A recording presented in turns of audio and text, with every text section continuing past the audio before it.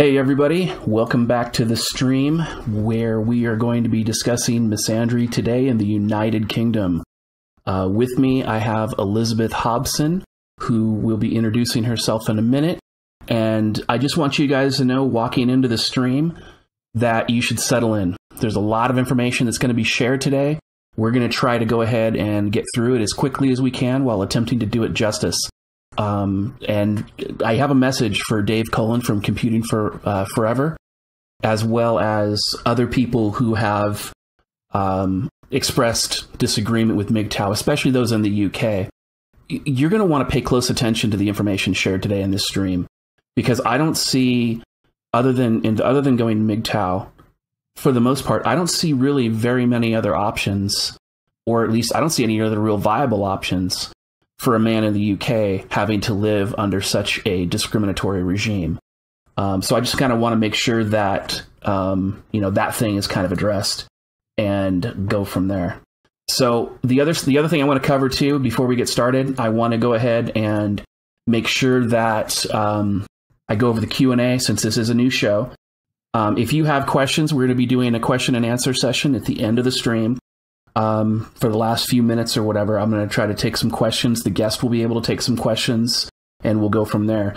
If you're on Twitch TV or you're on a computer desktop, you should be able to see on the lower right-hand side a square, like a gray square with my icon, my Misandry Today icon in it. If you click that, you'll be getting what I call bukkake choke slams throughout the stream. You can click that. You can redeem those to ask a question. What that does is that logs all the questions so that I don't miss them. Now, if you're on a mobile device or you're on a Roku and you're watching through either one of those, you're not going to be able to do that. So what I want you to do is I want you to, similar to the TFM show, put question in all caps in brackets.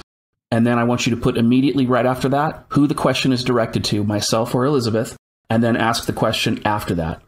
I think that that's going to be the best way for us to deal with it. I know, like last stream, somebody asked a 3-part question, and it was actually all 3 parts were to the guest, but I had no idea because I read the entire question and started answering it, and they had the person's name at the end. So I don't want to make that same mistake again. So help me help you, and we'll kind of go from there. Also, I heard some rumors that apparently the Twitch app has been removed from the Roku store. I've not verified that yet, but I just want to make sure that that's basically covered. I think Nemo talked to me about that. Yeah, Nemo's making that announcement now. Nemo, I appreciate that. Thank you.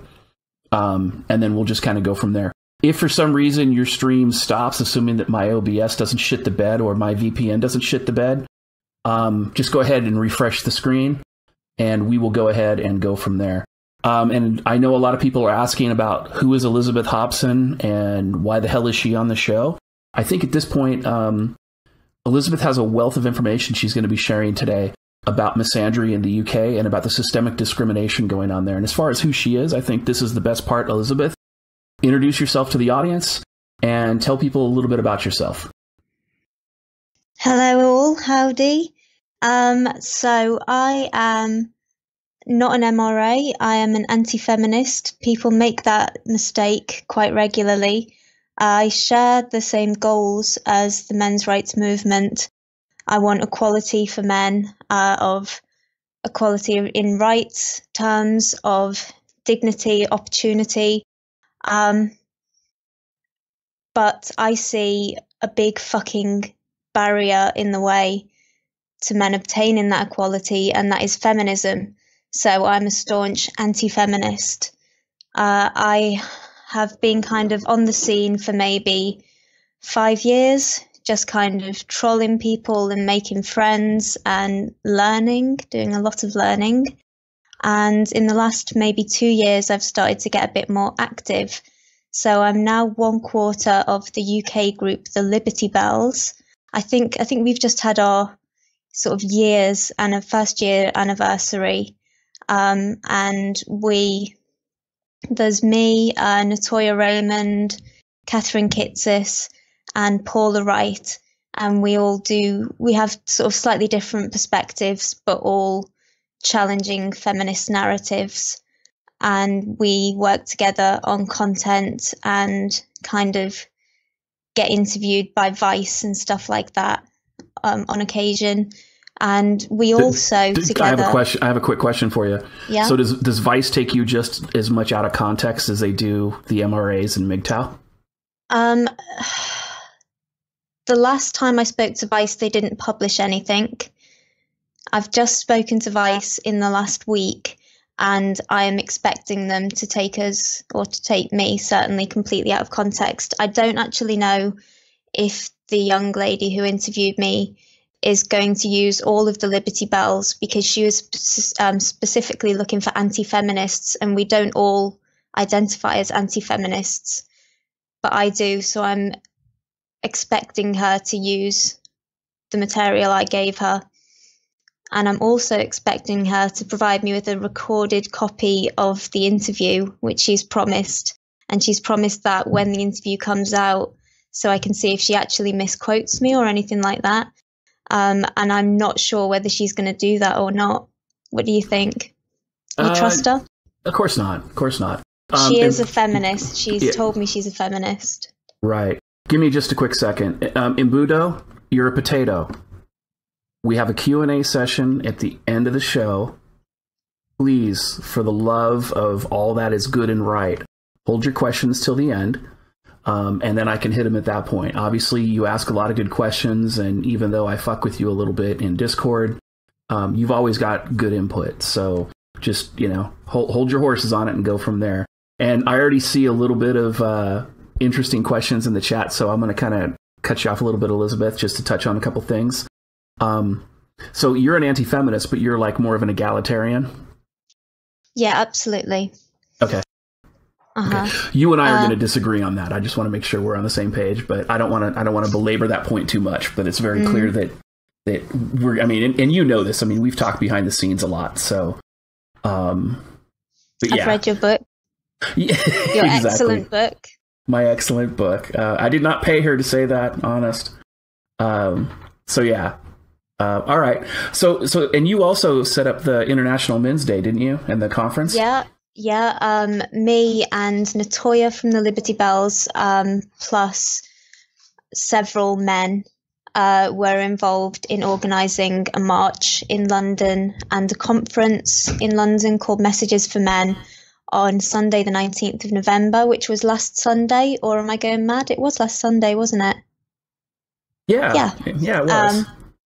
I'm still absolutely exhausted from it. It was a great day. We had about 100 turn up for the march, which was roughly double the number who turned up for a march, which was not organised by us, although me and Natty did attend it the year before. And there were an awful lot of women and young people there, which was a really kind of encouraging sign, I think, that, we're tapping into a kind of cultural moment where things could potentially change. And the conference, we sold out. There was 140 capacity, and we also had people waiting outside trying in vain to get in,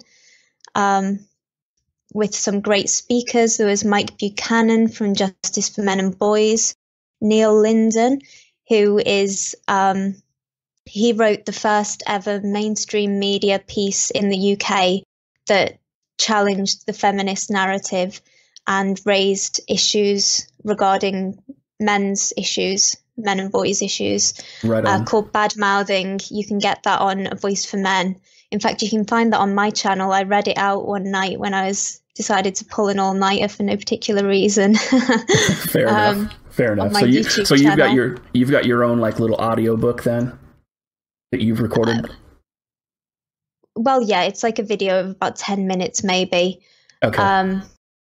And he also wrote a book called No More Sex War, which was released possibly 94. I think Bad Mouthing might have been 92, and then No More Sex War was 94, but don't quote me on that. And that just laid into feminism completely. It destroyed everything that feminists say. Unfortunately, it was ruined by feminists because there's a sort of, copyright law in the UK is pretty stringent, and there is a kind of protocol where if you're quoting people in your books, you write to them and you say, hey, can I just quote you here? And, everyone says, yes, of course. Except when Neil sent these requests to all the feminists, they all turned around and said, no, you can't. So about a month before it was published, when he had a brand new baby, he found himself having to rewrite the entire book, taking the quotes out and explaining what all these people said in third person. But in the last couple of years, he's actually re-released it, complete with the quotes, in a volume called Sexual in Politics, which you can get on Amazon for a couple of quid or a couple of dollars indeed. And yeah, he's put all the quotes in and also an invitation for the feminists involved to come sue him. Nice. Now, you've also done some work with Phil Davies as well. Is that correct? Yeah. Talk about that a little bit and talk about Phil Davies a little bit. That was a Liberty Bell's side project called Ladies for Philip Davies. And we got together to support him in his quest for true equality, basically. And so we have interviewed him at Portcullis House, which is opposite the Houses of Parliament, where a lot of MPs have their offices. And we are at the moment working. Actually, the first thing we did was we wrote to every single MP, and I think there's 660 of them. And we wrote to them saying, explaining when he was appointed to the Women and Equalities Committee, which is a sort of special committee in the House of Parliament, which looks after equality issues. The first thing he said was that we need to drop the word women's from this. So it's just the Equalities Committee, so we can look at issues pertaining to men and boys too. And, all of the kind of feminists went absolutely apeshit over this and were like, this is a joke. And they couldn't believe he'd been appointed in the first place. But there was an article about it put out in the Metro, which is a free newspaper. And on the website, they put a poll for people to vote whether they agreed with him or not. And it was 80% of the public agreed with him. And we thought there's something in this. So we wrote to all these MPs explaining, laying out, the huge list of inequalities and disadvantages faced by men and boys. And so therefore, the moral and rational case for dropping the women's from the Women and Equalities Committee, and also mentioning, that this poll suggests that there is a public will as well. And most of them did not get back to us because the procedure in the UK is that MPs only correspond with their constituents. So we got a few replies. There was definitely one that was extremely positive, from a guy who said, I support everything that Philip Davies does and I completely agree with this. And thanks for getting in touch. Then we got quite a few who were disgusted with us and, saying and this poll is completely unscientific anyway, and I would never base my opinions on something as unscientific as this. So what we're going to do now is we are going to set up a gov.uk petition. And what happens with them is that if you get 10,000 signatures, the government has to respond to you. If you get 100,000, which might be a little bit ambitious, at least for the first petition, although I don't know whether subsequent petitions we'll have to see what the sort of mood is. If you get 100,000, then they have to consider it for a debate, and you would need a debate to change the name. That would be required. The government can't just arbitrarily change the name on their own. Okay. But of course, even if it did go to a debate, in all fairness, feminists are so overrepresented in Parliament that it would be unlikely to be changed. Right. But at least everybody would be able to see, you know, that they're not listening to us. Right. Just as kind of an aside real quick, for those people listening in, if you kind of hear the sounds of life while Elizabeth is talking, she does have a couple kids and a significant other at home. So if you hear those sounds, that's just because, we kind of scheduled this where we could. So don't worry about it. Just ignore it. It's normal, unless you hear somebody being lit on fire. I think it'll be okay. But I think, with that, I think that's great. And it sounds like you're doing a lot of, good work there. Obviously, I'm not an MRA, and I'm more interested in educating people. And we're not here, obviously, to discuss egalitarianism either, because obviously that's something where we disagree. But even so, I think where we agree is in the issues we're going to get into now. In talking with you, you told me that the UK has adopted a version of the Duluth model. I'm going to bring up that first source. So why don't you go ahead and talk about that a little bit? Yeah, I told you something like that. Basically, if you look at all of the domestic violence kind of guidance and laws and stuff like that, that comes down from government, it's all obviously very influenced by Duluth. If you actually look on the government website for domestic violence and abuse, you are pinpointed or pointed to the Violence Against Women and Girls Action Plan.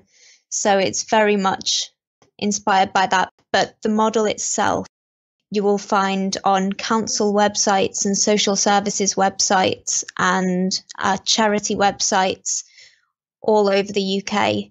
And quite a lot of the time, what they'll actually do is create their own version, because it wasn't bad enough already. They kind of add more and more kind of forms of abuse. Right. And while we're talking about that, as I'm scrolling through, I actually, the link I'm providing is one from one of the council sites that you provided. What's interesting is that one of the first things on this Duluth model is coercion and threats, like threatening to leave, like apparently they think that threatening to commit suicide or telling somebody that you're interested in committing suicide is domestic violence. And one of the things that we kind of talked about beforehand is that, and obviously I said this in my book as well, is that feminism has destroyed the social contract between men and women to the point where they're trying to basically criminalize even consensual sex or consensual intercourse between a man and a woman in a committed relationship. But the thing that I found frightening about this, especially as we were preparing for this stream, is that they are trying to criminalize all normal behavior within a relationship. Am I being hyperbolic here, or is that your understanding as well? You are not entirely accurate. They're trying to criminalize all behavior that is, perpetrated by a man in a relationship. Right. Obviously, it's not perpetrated by exactly. So you're right. So this is directly related to men. It's definitely misandry. And I look at here, and again, they talk about smashing things, displaying weapons. Here's one about emotional abuse, where feeling bad about themselves, calling them names, making them feel guilty. So in other words, if they do something inappropriate and you say something that shames them, apparently you're a domestic violence perpetrator. And you said the Duluth power and control wheel has been adopted pretty much everywhere in the UK. Yeah, well, it's all part of, it's all kind of written into legislation, this kind of theory. And, very palpably in the new coercive control legislation. Exactly. And I want to get into that in just a second, but I want to stick on this actual site first. I think it's interesting because one of the things they talk about is economic abuse. And they're saying basically that, if she doesn't work and she has to ask you for money, that apparently, according to this model, that's abuse. That's one of my favorites. Yeah. I'm like, holy shit. The power and control wheel is bad enough. And anybody who's read my book, hashtag shill alert. In chapter 6, I go over the Duluth model in detail. I talk about a little bit about the history, how hypocritical it is. And I also provide evidence that debunks it. Dutton and Corvo, Kenneth Dutton, he's a world-renowned psychologist who specializes in dealing with sexual assault, both research and treatment. And he and I forget Corvo's first name, but they actually just completely debunk the Duluth model. It is a complete shit show. It is a misandric system created to systemically discriminate against men. And here's the thing. With the Duluth model, they found, using long-term studies, they found that it doesn't help. Like it doesn't reduce the amount of domestic violence. It's not even a deterrent. All it does is help people circumvent people's civil rights and personal rights in order to find them guilty. It is a complete shit show. Now, with that, let's move into coercive control. Talk about that legislation. I've got the document that I have up right now is the from the Home Office. It's called Controlling or Coercive Behavior in an Intimate or Family Relationship, and it's got the statutory framework. Now, this is law right now, correct? Correct. Okay, go ahead and go into that, and let's talk about that. So it was introduced as part of the Serious Crime Act 2015, specifically under Part 5, which is the protection of children and others, which is a sort of standard classic feminist conflation of women and children, which goes on all the time and winds me up no end. And I mean, what I found really interesting and, God, just terrifying to read was actually the government issued guidelines for the police, because obviously they're, the first kind of agency who are going to be dealing with these issues. So it's really important what they think. So one of the first one of the first things you see as a police officer when you open this booklet on coercive control is a quote from a guy called Evan Stark, who says, "Not only is coercive control the most common context in which women are abused, it's also the most dangerous." Which is just like, I mean, it's so leading, isn't it? You're starting off from the very beginning specifying women. They go on at some point to say, while all legislation is gender neutral and men can also be victims of this offence, statistics consistently show that women and girls are disproportionately affected by crimes of domestic violence and abuse. So they admit that the legislation is gender neutral, but they're constantly pushing this narrative of women being the primary victims. So how are the police going to respond when they're, made aware of these kind of allegations? They're obviously going to assume that women are victims and that men are perpetrators. Right. Well, let's get into this a little bit. I remember we were talking last night, and I've got the box up on the screen about the types of behavior that are considered domestic violence under these coercive control laws. Now, this coercive control law, this makes these things a crime. I just want to make sure to clarify that. Is that correct? Sorry? The coercive control law, it makes these behaviors crimes. Is that correct? Like punishable potentially by jail time? Potentially, yes. It's got to be, it's a continuing act or a pattern of acts. Right. Although, at some point in the police guidelines, it does say that it can happen twice. And if it causes enough distress, then it's going to be counted as coercive and controlling behavior. Okay. Now, I'm going to go through some of these things for the audience so that they're kind of aware of what's going on. I'm just kind of look at this box here. It says, the types of behavior associated with coercion or control may or may not constitute a criminal offense in their own right. So even if it's not a crime, it's potentially a crime. Whatever. It's totally hypocritical. Anyway, let's continue. It is important to remember that the presence of controlling or coercive behavior does not mean that no other offense has been committed or cannot be charged. However, the perpetrator may limit space for action and exhibit a story of ownership and entitlement over the victim. And such behaviors include isolating a person from friends and family, depriving them of basic needs, monitoring their time, monitoring a person via online communication tools using spyware, taking control over aspects of their everyday life, such as where they can go, who they can see, what to wear when they sleep, depriving them access of support services such as specialist support and medical services, repeatedly putting them down and telling them such things as they are worthless. So basically, if you say you're worthless or holy shit, that was a dumb decision, that's domestic violence. It's amazing to me. It's just amazing to me and, how, you know, that's if you're a man saying it to a woman. Right, you know, in right. effect, let's be honest, the legislation is gender neutral, but the police have already been told who it's a crime when it's directed at and who perpetrates this crime.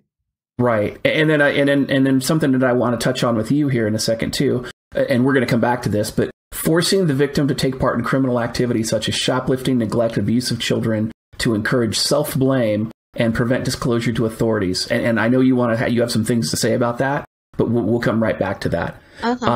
Then financial abuse, including control of finances and allowing a person a punitive allowance. So if I'm in a committed relationship with a significant other, she's not working and I make a huge amount of money, if I only give her a certain allowance, apparently that's domestic violence. It's insane. Or here's the other one. Threats to reveal or publish private information. So in other words, if a woman cheats on her significant other with me and I threaten to tell somebody about that because she cheated or she was dishonest, that's domestic violence. It's just amazing to me how, and again, this is not an exhaustive list, but the other side of it that's really even more concerning is this section in under 13. It says, controlling or coercive behavior does not only happen in the home, the victim can be monitored by phone or social media from a distance and can be made to fear violence on at least 2 occasions. There's your 2 occasions thing. And adapt their behavior as a result of serious alarm or distress. So in other words, if she's afraid she's going to get caught cheating, or she's afraid that, she's going to get in trouble for spending too much money, that's DV. It's insane. It's insane. All right, so I want to go back, and I know you have some stuff to say about the whole criminal activity. It's all completely based, on the woman's experience of it rather than the actual actions. Yeah, and I guess the thing that's the thing that terrifies me the most, because women often have anxiety issues, they have depression, I'm not going to, I don't necessarily want to hammer there is biological, personality traits, and women are more neurotic and they are more prone to depression, and it comes out all the more in developed societies. Exactly. You're entirely right. Yeah. So, and so I look at that and I see that I'm like, well, how do you know the difference between legitimate domestic abuse and holy shit, I'm schizophrenic and I'm off my meds? Seriously. Or what happens if, like, say, for instance, you have an undiagnosed mental health issue. Now all of a sudden you're criminalizing a person because this chick is mentally unstable. And there's documented evidence of, like, if she goes through a hysterectomy or if she goes through these other things. If there's a woman who is suffering from some kind of mental health difficulties or whatever, then such things as monitoring her time, monitoring her online communications, controlling the finances might be entirely necessary for her well-being and the well-being of the family. That doesn't sound very egalitarian of you there, Elizabeth. That sounds kind of misogynistic. Thanks. I wrote something years ago and I said that the slur misogynist has become a compliment, and I stand by that. No, okay. I mean, if you look on my Twitter bio, I do actually say that I'm a non-gynocentric traditionalist. Okay, so you basically, you're one of those patriarchal women. I want equal rights and opportunities for everybody, and I want absolute sort of maximum freedom. But I do think that traditional gender roles work for most people, and that one of our kind of vital responsibilities at the moment is to show people how and why they work. Okay, and well, let me ask you encourage them this. to make better decisions. Sure.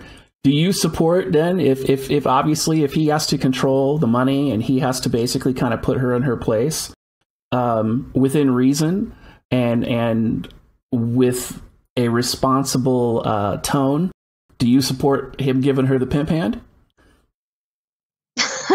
Giving her the pimp hand. Yeah, What does like, that hey, mean? I've never heard that phrase. Oh, it's, basically like 5 across the face. I would never condone such things. Okay. Except maybe in the bedroom if it was consensual. Yeah, if it's consensual, then absolutely. Okay. Speaking of which, I don't know if Kat is watching this or not. Do you have a problem if we have that particular conversation that we talked about last night? No, go ahead. Okay. So we've been trying to get our producer, Kat, Feeding the Cat. We've been trying to get him to take like the sweet corn challenge. Kat is from the UK and he is terrified of anal sex. Do you support men and women having consensual anal sex? Absolutely. Right. Okay, so there's nothing wrong with it, right? I mean, you've got to try it once. And you know what I would suggest, actually, if he's worried about it, is kind of easing his way into the whole scene. And the way I would suggest that he did that is to go on to one of the kind of sex shop sites and find a tail. You can get butt plugs that have like tails, like My Little Pony tails and tiger tails and all kinds of stuff like that.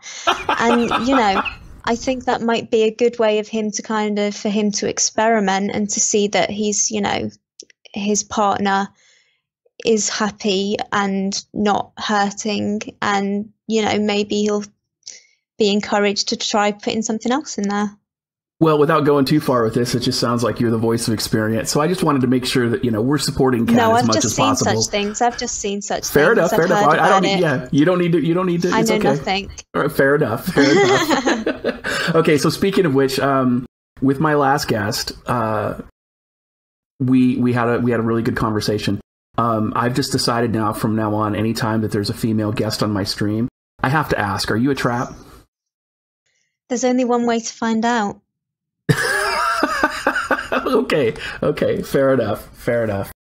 All right. So jumping back into the more serious conversation, I know you wanted to talk about this section of the coercive control about forcing the victim to take part in criminal activities such as shoplifting or neglect. Talk to me about that. I mean, it's just ridiculous. Like we're already in a situation where the courts and the criminal justice system treat women far more leniently. So MRA UK, which is a fantastic website that everyone who's interested in any of these issues in the UK should have bookmarked and be returning to regularly. And he did some research and discovered that if men were treated as leniently in the criminal justice system as women are, then like 5 out of 6 male prisoners would be free. So that's the situation as it stands. And now, with this coercive control stuff, women have got this get out card where they can say, oh, but I was forced to do it, by this man. And it's like, it's really offensive, to be honest, to suggest that women don't have enough autonomy to make their own decisions. It's up to them whether they fucking steal stuff. And as a mother, like the idea that someone could force me to neglect or abuse my child, it's like, what the fuck are you on? Right. I'd fucking die before that happened. There is no forcing someone to neglect or abuse their child. Yeah, it's actually kind of funny. I had a conversation.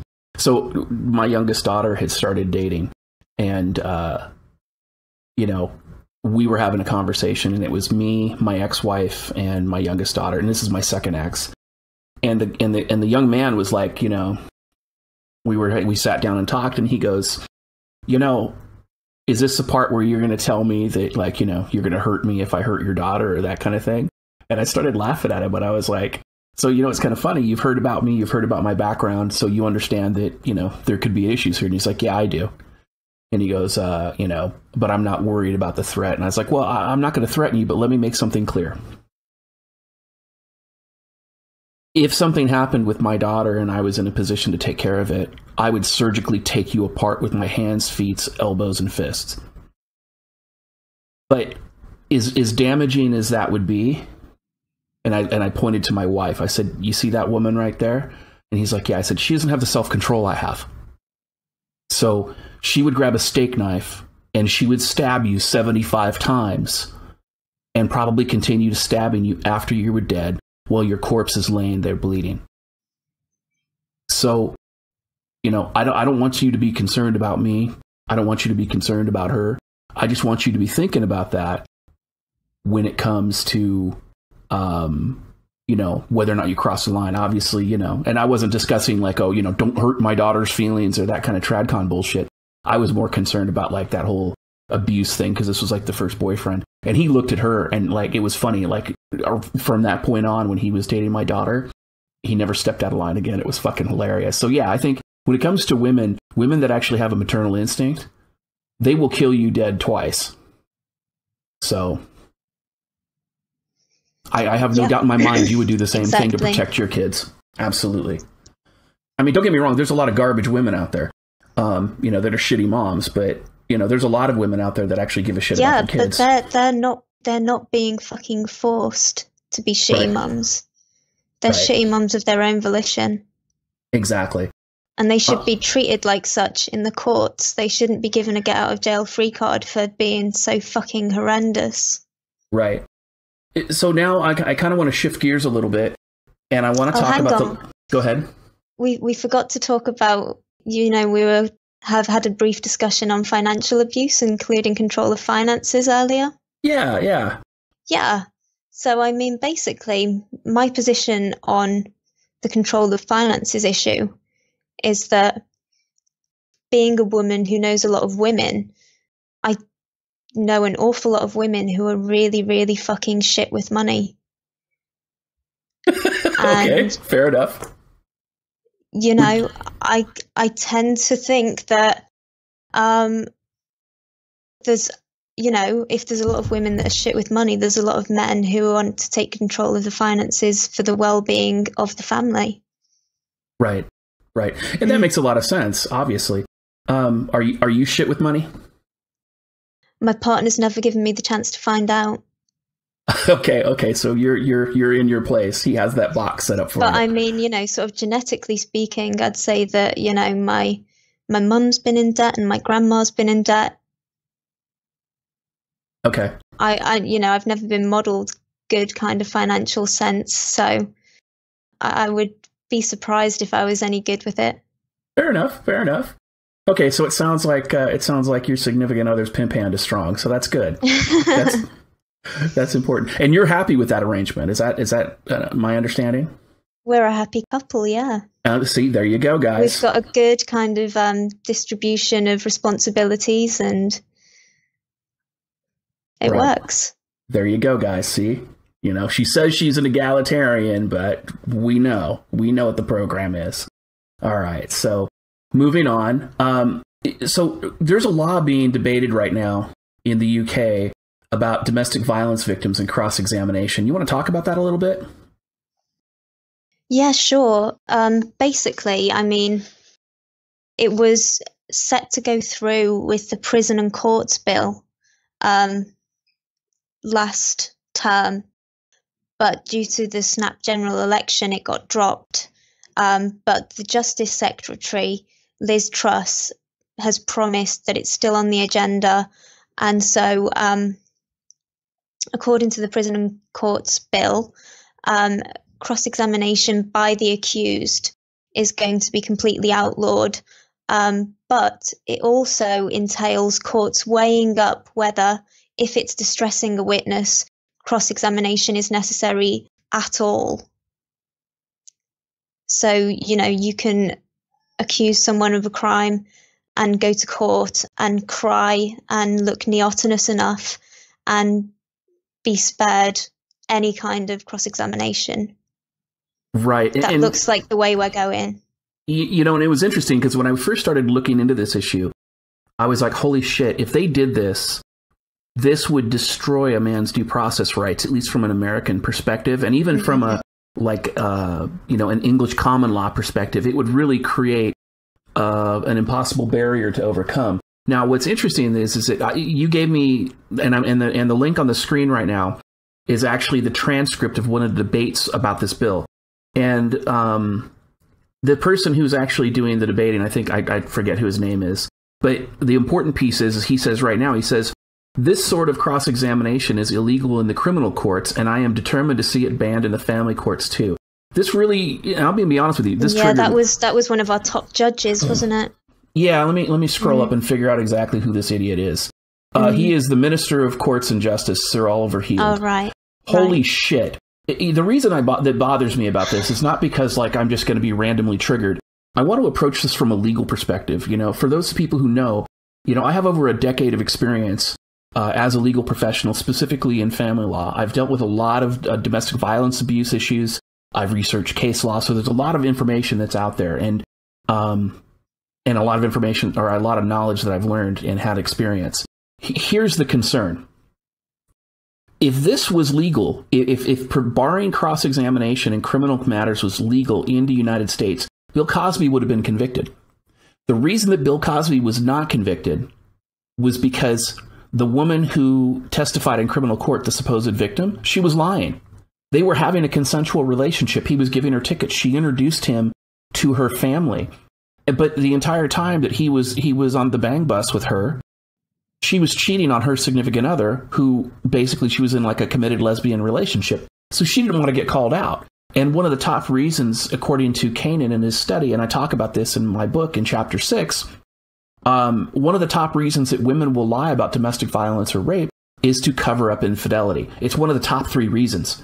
And so I look at this and I'm like, Bill Cosby would have been convicted.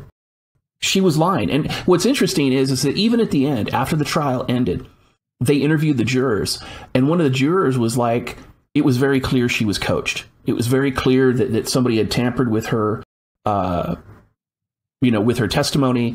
And basically they prepped her for trial. And this was, you know, this was a national witch hunt. The feminists in the United States, they witch hunted the shit out of Cosby. Every one of these victims had a publicist. Every one of these victims had an attorney. Every one of these victims had a huge platform to talk shit about him because Cosby was America's dad. You know, they called him America's dad. And so it's just terrifying to me to think that a man who would have been innocent of such a crime, who had been completely demonized by the entire United States feminist machine, could not even defend himself in court. And then if you look at Canada, for example, a couple years ago, there was a gentleman by the name of Jian Ghomeshi. Now, Jian Ghomeshi is, he was good friends at one time with Justin Trudeau, who's the Prime Minister of Canada. And he was the host of the #1 show, like a talk show type show in Canada. The guy was a male feminist. He was, you know, basically he towed the SJW line, but he was also into BDSM, and he was into the whole, you know, promiscuity culture that's fostered by feminism. And what's interesting about that is that when they accused him of sexual assault, there were 3 women who accused him of sexual assault and abuse. They went to trial, and they started looking into these women's history, and they found that they had not only a history of accusing other people, but again, it was the same thing. The feminist machine, they provided them publicists, they provided them attorneys, they provided them platforms, and they waged this huge public propaganda campaign against Jian Ghomeshi. And the thing about it is that in the trial, his attorneys were able to uncover 5,000 emails between the 3 victims where they actively conspired to set him up for false allegations. The judge even made comments about it in the ruling and said that he didn't understand how these women could be so unethical. But here's the thing that even makes it worse. This was a malicious prosecution. The prosecutors should have known this. This was something the prosecutors should have figured out. This kind of behavior, it's a crime everywhere in the Western world, everywhere in the first world.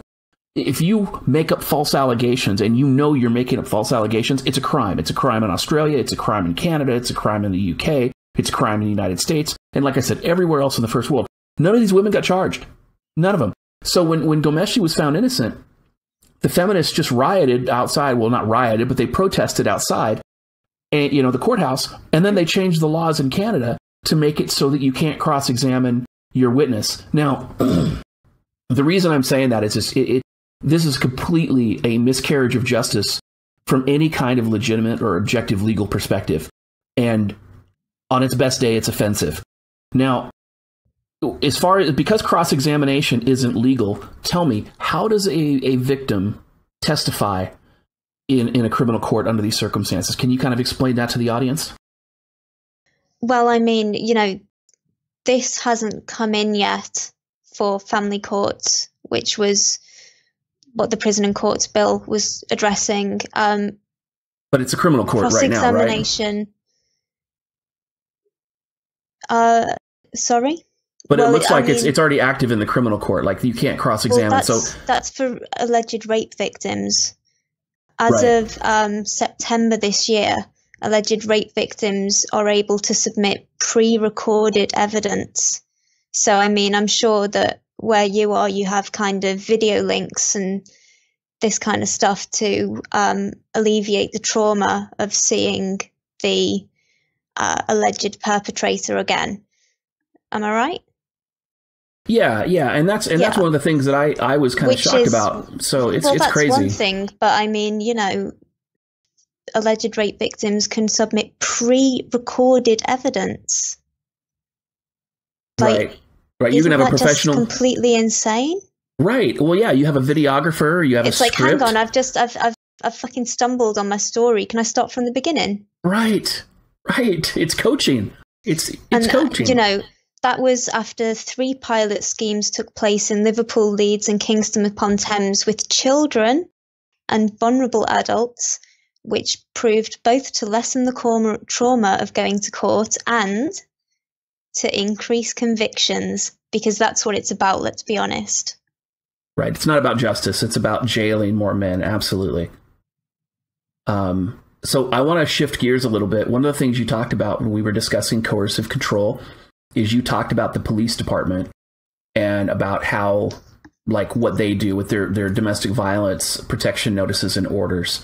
Can you kind of develop that a little bit and kind of go in a little bit more detail? Okay, so basically, when the police are called out to a domestic incident, they can issue a domestic violence protection notice, a DVPN, which is immediately effective and prevents an alleged perpetrator from returning home or having contact with the alleged victim. Within 48 hours of a DVPN being served, an application by the police to a magistrate's court for a domestic violence protection order, a DVPO, must be heard, and that can prevent return or contact for 28 days. Now, these are issued, get this, in circumstances where no other enforceable restrictions can be placed upon the alleged perpetrator. So, if they can charge for an offence, they do. And if they can't, which suggests, that you're dealing with a not very serious fucking situation here. Right. You know what I mean? Or a false allegation. There's no assault. There's no rape. There's nothing that they can charge them with. And yet the DVPO will prevent return or contact for 28 days, effectively making a man homeless for a month. This thing is frightening to me because and I scroll down here and I talked about this box last night when we were discussing this. The domestic violence protection notice, and again, this is just a piece of paper. It's like a form that a cop fills out, right? So they arrest the guy because they have to arrest him. You show up at the police station and then they're like, oh, it was bullshit. We have to let you go. But even if you look at the box, it says alleged perpetrator is to be released from custody without any conditions. You're required to give this DVPN or the domestic violence protection notice. The thing that bothers me about that is that basically what they're saying is that if no crime has been committed and there's not enough evidence to take action, to take law enforcement action on a crime, we're still going to fuck you over as a man. No dinner, no movie, no notice. You're fucked. And you're barred from your home for 48 hours. And then you have to go in front of a magistrate. You only have less than 2 days of notice. You have 48 hours worth of notice, and you're homeless. And you have to somehow litigate your innocence. This isn't about innocent until proven guilty. This is about guilty until proven innocent. Because again, if the police could have taken action, they would have, right? If law enforcement shows up and she's got bruises on her face and it's not makeup, or she's got cuts or defensive wounds, that officer can go, oh, you're a domestic violence perp and a piece of shit. Have a nice day. Now, obviously, if it's bidirectional domestic violence, both should be arrested, but that's just my own little personal thing. But at the same token, when you look at this, you're like, there's no evidence of DV, just like you said. It's just her word. The cop shows up. Now he gives you this notice, and you have to go in front of a court, and you have to spend your own money on an attorney, or you have to represent yourself, and you have to explain to a judge why they shouldn't fuck you with this. And you're homeless in the trade, because let's be honest, there aren't any very many domestic violence refuges for men in the UK, and there's really no protections for men against these false allegations other than what they're able to individually bring for themselves. Right? I mean, like, there's no institutional support for a man falsely accused of DV. Well, listen, I've spoken to people who know, who work with kind of fathers going through the family court system, where obviously we all know false allegations are rife. And in effect, when these allegations are challenged, it's seen as denial, and it's seen as part of a pattern of coercive and controlling behaviour, and it's a black mark against you if you deny it. Right. So you can't even take the high road there, because you're just automatically presumed guilty. Absolutely. That's insane. That is complete insanity. And again, that's why when I tell people, I'm like, look, MGTOW is the solution. It is, if you are not, involved with somebody, or you don't have somebody who is, well, I'm just going to call you the egalitarian subservient, like Elizabeth. MGTOW is the solution. You can't. I mean, here's the thing. Like, there was a guy, and we talked about this last night, and Goodfella, who's another YouTuber in the UK, he did a video on this. There was a guy who actually got arrested and did 70 days in jail for staring at a woman in a shop window. Glasgow. Yeah, Glasgow. I mean, it's like a stare rape. I mean, really? Yeah. Yeah. It's insane. It's absolutely really insane. It would be funny if it weren't true. I mean, this is like something out of like Idiocracy or some. To be honest, like, I mean, the one element of kind of lightness in that story was that the guy was a homeless guy, and I kind of thought, well, he's got a fucking roof over his head and some hot meals for 70 days. You know what I mean? Right. I don't know how awful it was for him, to be honest. And, he probably had a good laugh as well. He's got an excellent story. He can dine out on that story for years, surely. Right. Hey, go, let me Sorry, tell you that's what happened really to me. callous. Everyone's going to hate me for saying that, aren't they? Well, that's okay. You're female, so there's going to be people who hate you just for being a woman. It is what it is. It's just, I've read George Orwell, and like when he was homeless, he was, he said that they were glad to be picked up by the police because it meant being inside and being fed. Right. So that's where I'm getting it from. A Right. man said it, so it can't be that bad, right?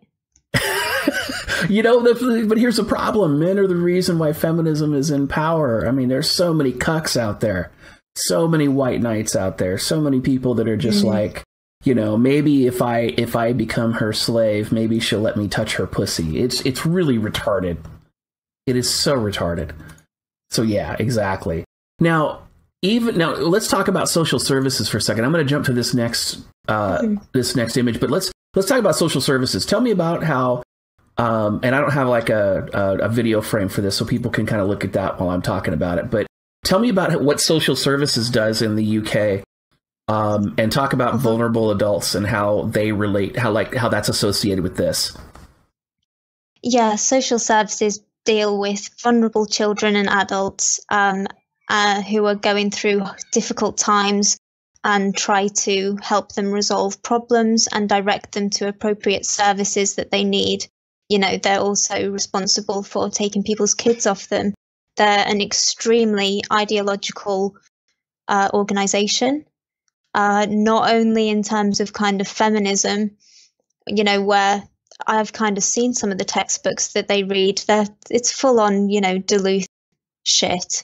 But they also, you know, they took away couple's adopted black son because the couple had voted UKIP. So they assumed that this couple were racist because they obviously only read The Guardian in the social services. And this kind of stuff goes on all the time. That is a complete shit show. Holy damn. Now, the reason I bring it up is because you had basically said also that a woman could call social services and report to social services she's being abused and never call the police. Well, yes, that can happen. And, you know, theoretically, they could be directed into services that could genuinely help them, kind of family therapy and stuff like that.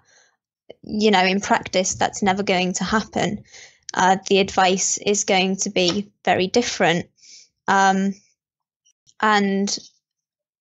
you know, one of the most kind of common courses of action for people who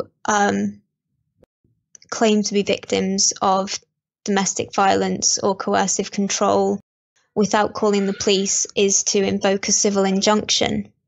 Right. And that's the screen I've got up right now, where if somebody acts against you, they can get a civil domestic violence order. And here's the thing I have to say. The UK is like extremely dystopian. It's insane. Yeah, well, I mean, I actually didn't know about these till you asked me to look them up. And I genuinely could not believe what I was seeing. You know, I mean, it kind of took me a while because I couldn't quite understand what you were saying. Like, you know, a civil order? What do you mean? And then eventually I found this website and it looks for all the world like a payday loan website or something like that. Like, you know, any kind of commodity. Right. But what it's selling is the ability to restrict another person's rights. Right. And you can get it for 150 quid, which is what, about $200 or something like that? Right. So it's really I'm not cheap. great at exchange rates. That's okay. It's peanuts, but you can also, you know, apply for legal aid for it as well. So don't worry about that if you don't have the money to hand. Oh my gosh, it's crazy. And so what's interesting is they talk about the injunctions, the non-molestation orders. But, you know, what's interesting is they say, you know, like in family cases, an injunction can stop someone from removing a child from your care. So you can use this to control custody. You can also use this to evict somebody from their home. Yeah. And it looks like... You can use it to stop them leaving the country. So if they work out of the country, you can fuck their job. Exactly. And in addition to that, you can even fuck their assets. You can make it so that they can't actually sell anything or access their bank accounts or anything else with this order as well. Well, on one of the sites I looked at, it clarified that disposing of their assets includes spending their money. Right. That's insane. So I assume that there's going to be some kind of allowance where they are allowed to eat, but they're not allowed to go on any spending sprees or anything like that, make any big purchases. Well, let me ask you this. With that in mind, though, have you seen anything that gives a man the allowance? No, I haven't. Right. I have not. I'm kind of assuming that there's some kind of reasonableness, but it might not be there. And yeah, the other thing that you can do is prevent the alleged perpetrator from publishing anything that you, and this is, you know, in quote marks from the website, don't like.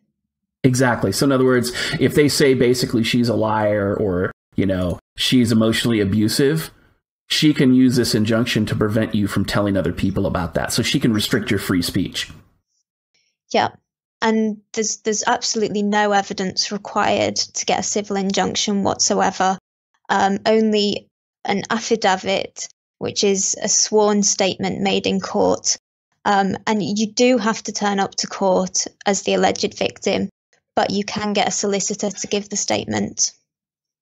Jesus. Okay. And it looks like if you violate any of these, payday loan style injunctions, you can be arrested. Yep. Fines or imprisonment. Yeah. If you're not MGTOW in the UK, and Dave Cullen, I'm specifically talking to you. This is why men go MGTOW.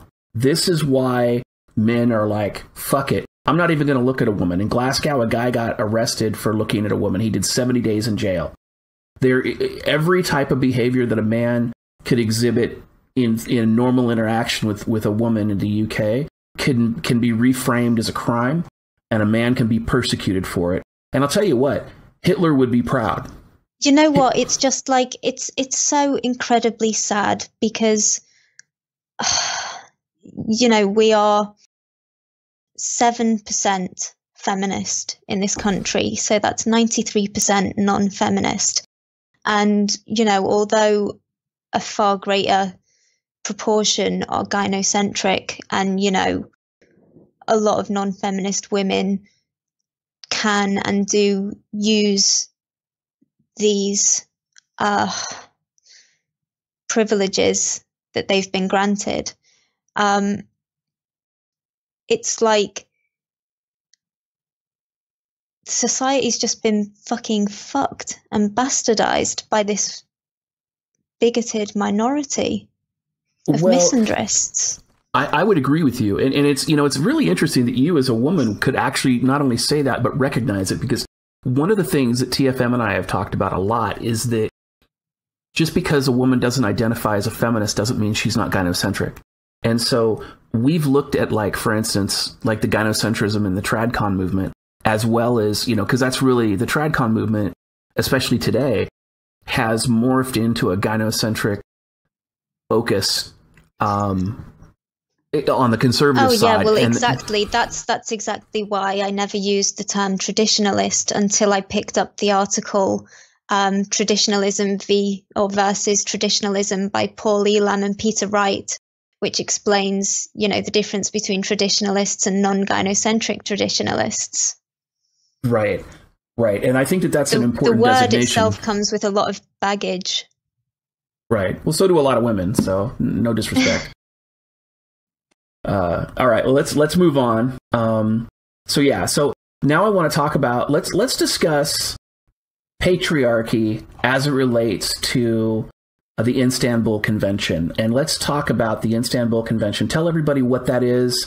Let's talk about that. And I've got a section of the preamble I want to show the audience once we're here, and why this is frightening. Because this is something that you told me about. I had no idea that this even existed, but this is terrifying. And one of the things that I've said is that, and you've, in my book, I've said this in multiple streams, is that feminism is a multi-billion-dollar global network of misandry and discrimination against men. And I know for a lot of people, when I say that, people will think, oh, this is DDJ's Alex Jones moment, and they need to get his tinfoil hat, and here you go. So let's talk about this, because this is the document you provided from the Council of Europe. So this is an official document. Let's talk about it. Go ahead and tell us. Yeah. So in 2011, in Istanbul, this treaty was kind of finalized and signed by an awful lot of countries. The Council of Europe is nothing to do with the European Union, although it's often mistaken for it. It actually encompasses a lot more countries on the kind of European continent or whatever. And basically it is, we call it the Istanbul Convention because that's where it was signed. But the real title is the Council of Europe Convention on Preventing and Combating Violence Against Women and Domestic Violence. So, it is what it sounds like, basically. It's a document that's 25 pages long that's designed to protect women and girls from violence. And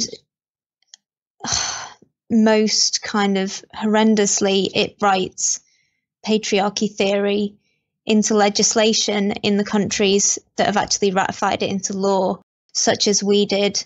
It achieved royal assent in the UK on the 27th of April 2017. The only MP to vote against it was Philip Davies. Right. Thank you for that, sir.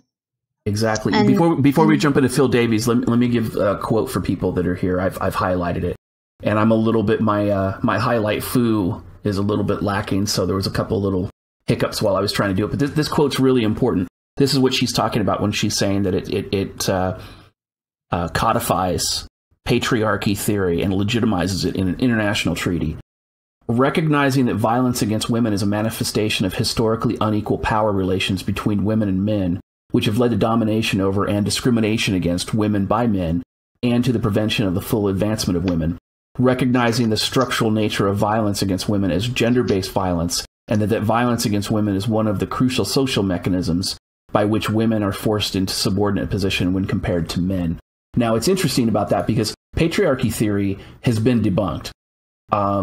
It's been debunked, and it's been debunked by multiple sources. And again, I actually cite one of the sources that debunks patriarchy theory in chapter 6 of my book. Again, it's Dutton and Corvo that do it, and there's a very telling quote that's here. This is terrifying. And for anybody who doesn't understand kind of the ramifications of this was 6 years ago that this treaty was ratified, or I should say was created. And now just the countries basically now are just taking their time ratifying it. But there are many that already have.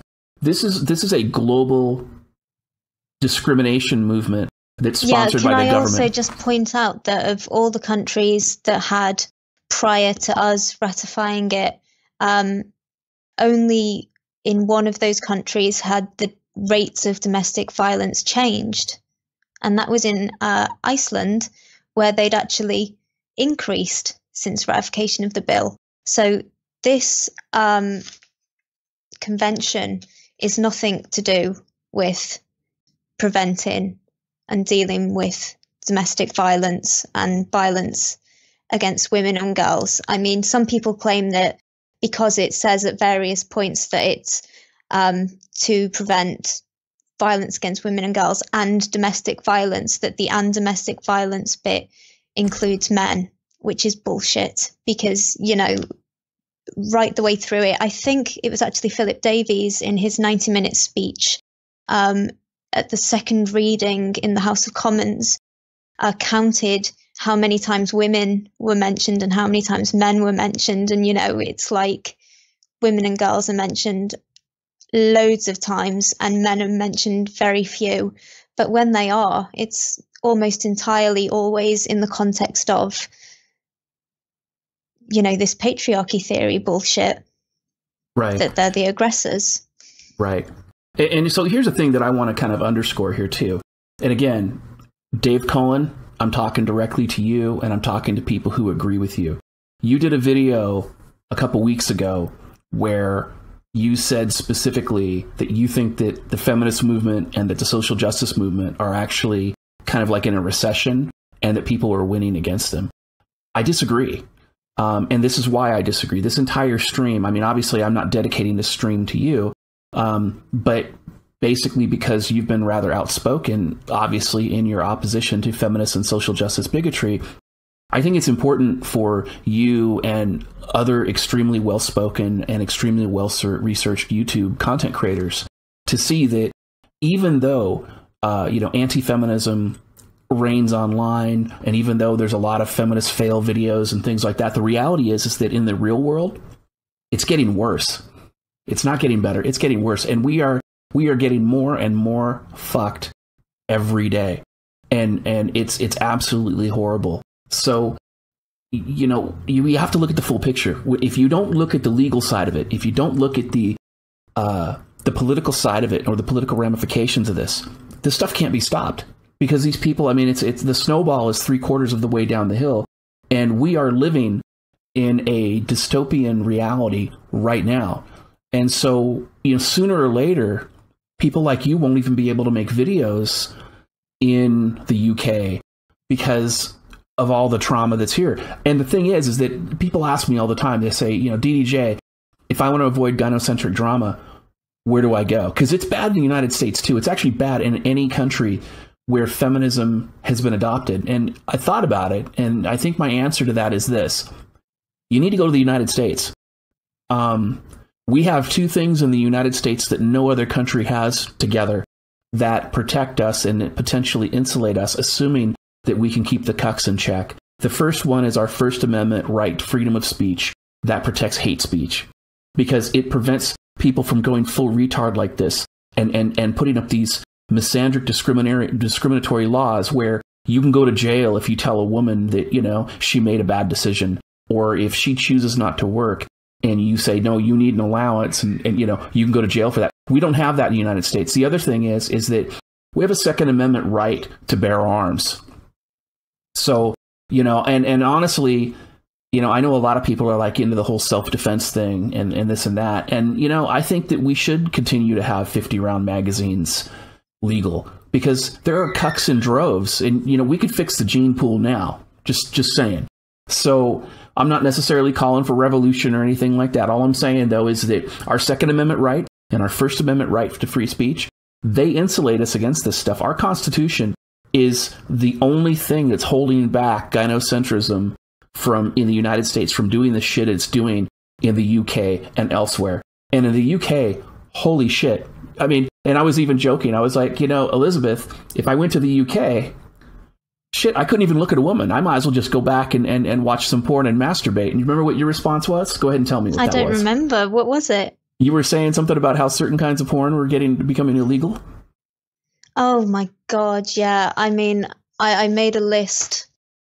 So this was actually been since 2014, and it's actually they've banned UK filmmakers from producing films involving kind of the following actions. So strangulation, face sitting, fisting or inserting more than 4 fingers into an orifice, spanking or caning which leaves marks, full bondage and restraint, which is all 4 limbs restrained plus a gag, female ejaculation, abusive language, depictions of rape, water sports, and menstruation. Shit, that's like a normal Tuesday for me. What the hell? Yeah, I mean, they're all completely legal acts. Right. And, they're acts that pornographers kind of have to include in their work if they want anyone to watch it. And so, the UK porn industry is just dying a death, basically, over this. I mean, don't get me wrong, I'm not into the whole BDSM thing, but, I would be okay with a little bit of asphyxiation. The funny thing is, it is actually a bit of a kind of victory over feminists, to be fair, because, menstruation particularly, that's got to be, feminists must love menstrual porn. And this was very much a kind of Tory nanny state kind of action rather than a feminist action. Right. That's, yeah. And, that's funny, too, because I remember the 4chan free bleeding movement that they started as a troll. And that's the gift that keeps on giving. Every so often you see some crazy feminist and they're like, I refuse to wear a menstrual pad and I'm going to bleed all over everything because I'm an activist. And I'm laughing to myself going, 4chan, praise Keck. It's amazing. I mean, the other thing that's going on with porn here is that as of 2018, age verification, is going to be mandatory. So, they haven't clarified how they're going to do it, but it's going to be something like, with gambling sites, you have to provide a credit card. Right. So basically they're going to try to identify people. They're going to make a list basically to persecute people who go use that for porn. Well, they're just going to invade everyone's privacy and make everyone upload a load of information online, which is then going to be vulnerable to kind of Ashley Madison style hacks. Right. Exactly. All right. So when we're moving on, I'm looking at, so when you were talking about Phil Davies, there's a quote I want to make. So Phil Davies he filibustered this, or I should say he gave a very impassioned 90-minute speech. Bad person. I am. You know about this. Okay, I for do. everyone in the States, I have to clarify. You guys filibuster, and what that means is that you can fucking read the phone book if you want to talk a bill out. In the UK Parliament, you can't do that. You have to talk on the subject without repeating yourself, or you're told to sit down. So you cannot filibuster in the UK. But what he did do was speak for 90 minutes without repeating himself and on the subject about why we shouldn't ratify this Istanbul Convention. It was absolutely just fucking brilliant. And I mean, I've sent you the document, haven't I? Yeah, so I want to take a small quote just to give people a taste of the kind of thing that he was doing. It's an awful lot to read, but I would recommend it. It's the whole debate. So like this document, and I'm going to put all these sources in the description of the video when I remaster and upload it. But what's interesting, there's a piece here that's just amazing. He says, this is a typical Friday bill. It comes with a worthy sentiment. Who could possibly be against trying to stop violence against women? The answer is nobody. I'm not aware of anybody who wants to argue that people should be violent towards women and girls. Of course they should not. The argument seems to be that as long as someone supports the premise of the bill's title of combating violence against women, they must support the bill, and that someone who opposes the bill must be in favor of violence against women and children. That is the level of debate I would expect from the morons on Twitter, but I still live in hope that we might have better quality debate than the House. Although, in my experience, it does not actually get much better normally. I live in hope and will try again to have a sensible debate about these matters, rather than the level of debate that we get used to on social media. And, it's brilliant. And he goes on and that's where he starts. Like, he just walks in, he's like, I'm going to red pill the fuck out of all you people. This is the reality. Let's talk sense. Let's talk common sense. Let's discuss logic, reason, facts. Let's discuss observable reality, and everybody's looking at him like he's the asshole. It's amazing. It's amazing. And then there's just been hundreds upon hundreds of articles since published with the title, Philip Davies filibusters. They often use that word even though he can't. Bill to prevent violence against women. It's all got the same narrative, and it's not what happened. Exactly. All right. So when we're talking about the Istanbul Convention, and just that piece, I know you wanted to touch on, even though it protects women, it doesn't protect men. And we talked about like male rape, and there were some articles you wanted to kind of touch on. Let's go there. All I wanted to kind of, this is just in the preamble. It says that recognizing the ongoing human rights violations during armed conflicts that affect civilian population, especially women, in the form of widespread or systematic rape and sexual violence, and the potential for increased gender-based violence both during and after conflicts. And it's just not true.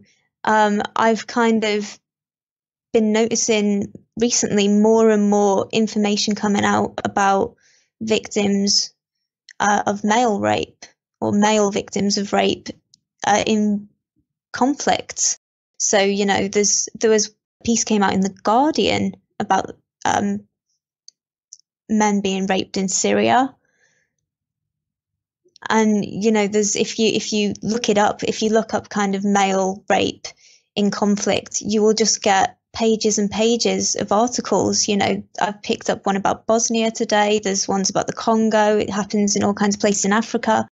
And of course, where men are raped, there is no help available to them. They don't have these camps and like services that are provided to women. There are social consequences, of course. And in some African countries, male victims of rape can actually be put in prison. So they get fucked twice. Quite. And then it goes on in the Istanbul Convention, recognizing that women and girls are exposed to a higher risk of gender-based violence than men. And I'm just like, well, hang on a minute. What the fuck is gender-based violence? Because, you know, in the UK, men are 69% of homicides, and they have double the rate of victimization in, you know, violent crime, even including domestic violence. So what the fuck is gender-based violence? How do you know, it's just fucking violence directed at women, basically, isn't it? Exactly. Well, it's word salad. It's word salad to justify discrimination against men. Feminism was never about equality. And you can see this just from all the laws that they push and how they take advantage of the whole gynocentric system to try to create this false sense of sympathy by demonizing men for crimes that basically don't really exist. I appreciate you touching on that. I kind of bounce back and forth between the 4 articles so people can kind of get an idea. Again, these articles will be in the description, so if you really want to learn more about male victimization in conflict areas and conflict zones and things like that, I mean, this stuff is it's pretty horrendous. Thing I'd say if you're interested in learning about that is that I'm regularly posting these articles to the Facebook group Gender Studies for Men, which is like attached to an online course on gender studies for men, which has been put together by a guy called John Davies, who wrote like a load of books about feminism. I think one of them's called Women of the Clan or something like that, talking about feminism's roots, you know, in the WKKK. And yeah. Okay, perfect. That's what I would advise. All right, so let's move on and let's talk about, give me a second here. Let's talk about this study about the 330 child homicides, kind of touch on that a little bit, and then we'll get into the response to that. I'm just looking. It looks Where like there was notes. And I'm going to touch base while you're searching. Notes on this. Yeah, just jump in and cut me off when you find it. Yeah, I can't find them, but basically, you know, I can talk from memory on this. Okay. It's the 330 thing is another MRA UK link, which is a must read, and it's a response to a report by Women's Aid, who are a feminist charity who run shelters for women, and lobby the government for, you know, more privileges for women and more discrimination against men, basically. Well, and welfare, right? Like government welfare and funding. Well, yeah, I mean, they've got something like 33 million or something in the last year from the government, something absolutely absurd like that. And their report, Child First, 19 child homicides, is that the title? Yeah, let me go ahead and get that report up real quick. It's the next one. It's a report where they went through 10 years of serious case review studies, during which time there was something like 260 child homicides, and they found 19 that were committed by fathers during contact visits. And they ignored the fact that there were actually more committed by mothers during that period. So let me see if I understand correctly. So they're talking about the 330 child homicides, and only 19 of them were committed by men. This completely debunks the feminist narrative that men are the abusers. Holy shit. No, there were more than 19 committed by men, but there were 19 committed by men on contact orders. Okay, so that's the documentation there. Okay, sorry, my alarm's going off. It's time for Blue Planet 2 on TV. That's good to know. That's what I'd usually be doing on a Sunday night. Now you guys know. I do like a bit of David Attenborough. Okay. So let's move on, and let's talk about the Mark of Innocence and this gentleman, Mark Pearson, and the Waterloo Station. Yeah. So I've been in touch with James Barnett, who is working with Mark, helping him to bring about his case against the British Transport Police and the CPS, I think. And he sent me an email with everything that he doesn't want me to forget to say. So what I'm going to do is read that email to you. All I right, might do a bit of before you do, Mark was actually one of the speakers at our Messages for Men conference and told us all about it, and it's just insane what went on. Let me read this article real quick, or a portion from it, and then definitely get into his statement. So this article, and here's his quote. My name is Mark Pearson. In 2015, I was arrested after being falsely accused of an impossible sex crime at Waterloo Station in London. CCTV images clearly showed I was innocent. Unbelievably, I was charged even though there was no evidence other than a false allegation against me, and I was put on trial last year. It took the jury 90 minutes to find me not guilty. Now, the thing about this that's even striking is it should have never gone that far. This man was completely innocent, and they demonized him for it. So I just want people to understand what the context is. I mean, this was this man was witch hunted. It gets worse, you know. Right. So go ahead and read that statement. I mean, it's actually not mentioned in this statement, but I don't know whether it was the British Transport Police or the CPS, but one of these organisations made the decision that because the CCTV footage clearly showed that the allegation was impossible, they didn't play the CCTV footage for the jury. They showed stills from it.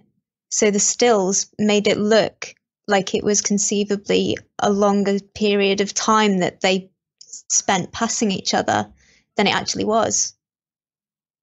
So it's serious corruption. So they took the images out of context in an effort to falsely convict him. Jesus. So James said to me, Mark was falsely accused of an impossible sex crime at Waterloo Station for which there was zero evidence. He was charged. It went to trial where he was found not guilty in only 90 minutes.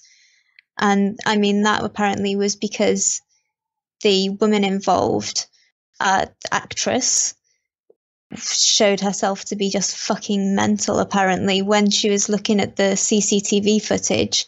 Like, one of the things she said was, but he had hair.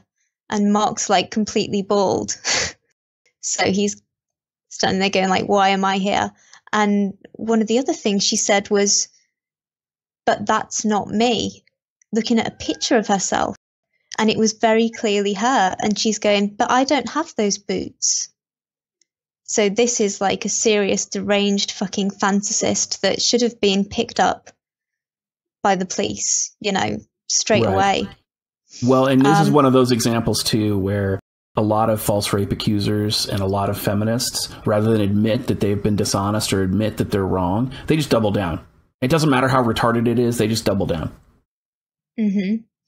So James goes on, after this ordeal, Mark tried to get answers from the police and the CPS as to how this miscarriage of justice could have happened and got fobbed off. Both police and CPS tried to bury what they had done to him. So, I mean, there's a load of kind of evidence that's gone missing as far as I'm aware. He says... So they destroyed evidence? As far as I'm aware, that's what happened, yeah. Holy shit.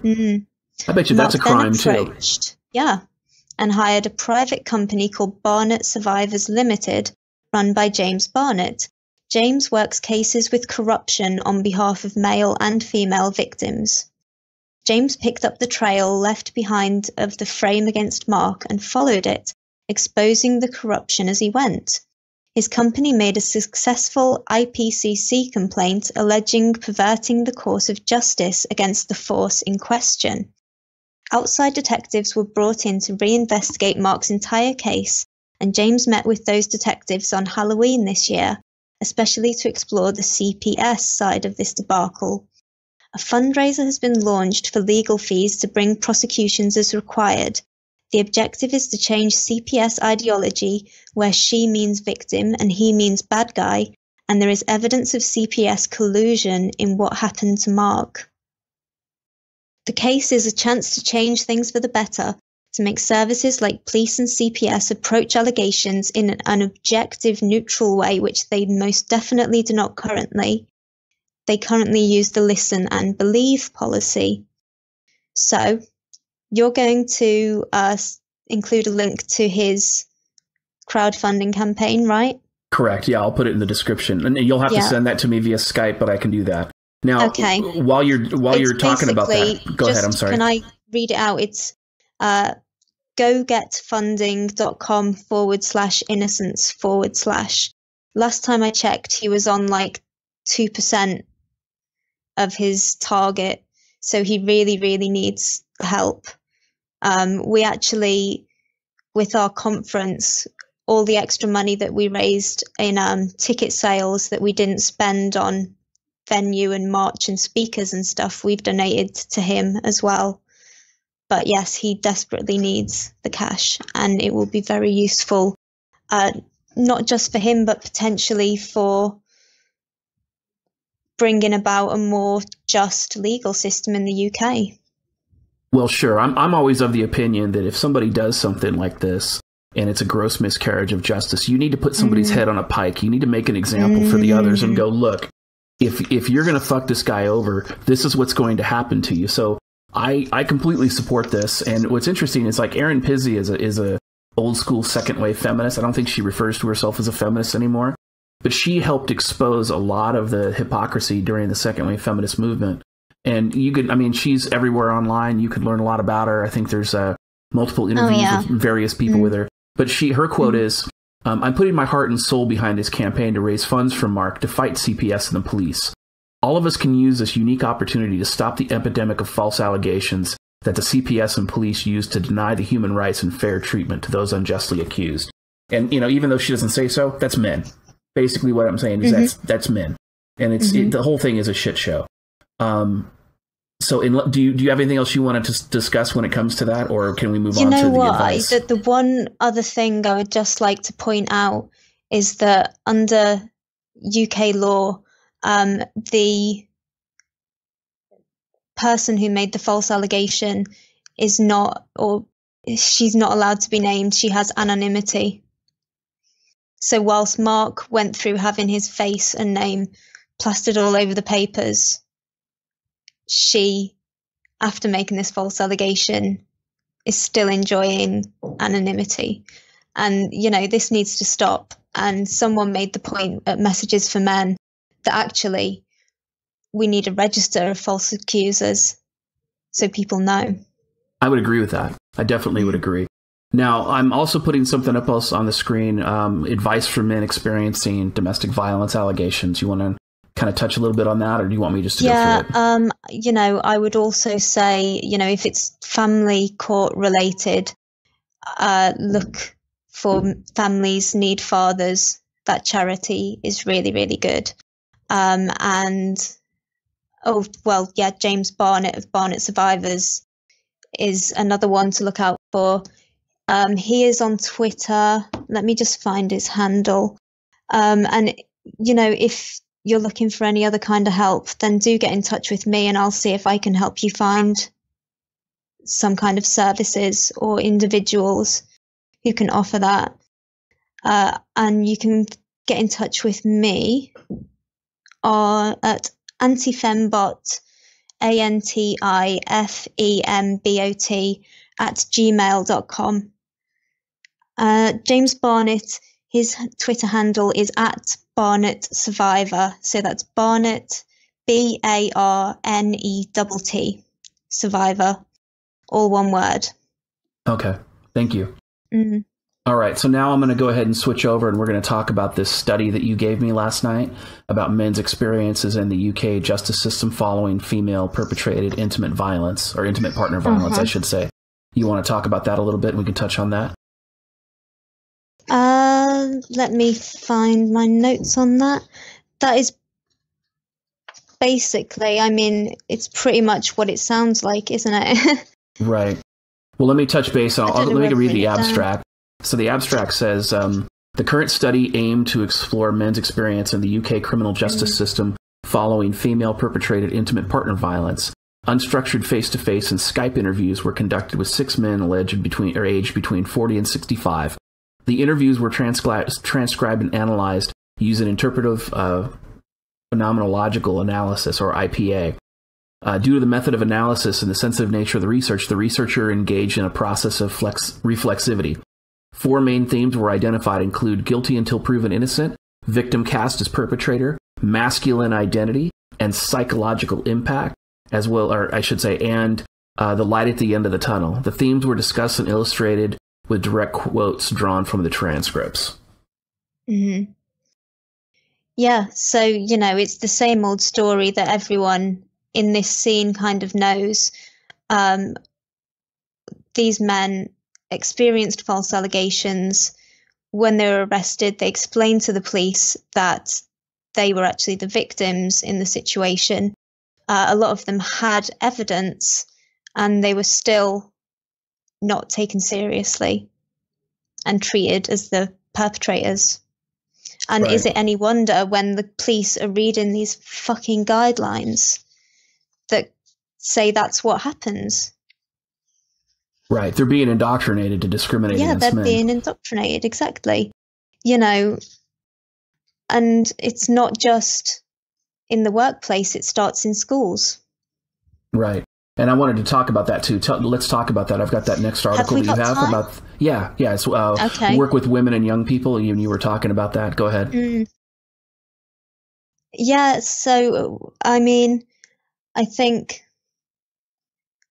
as a case study, you know, I can kind of tell you some personal anecdotes from my time at school and, you know, what my children have experienced.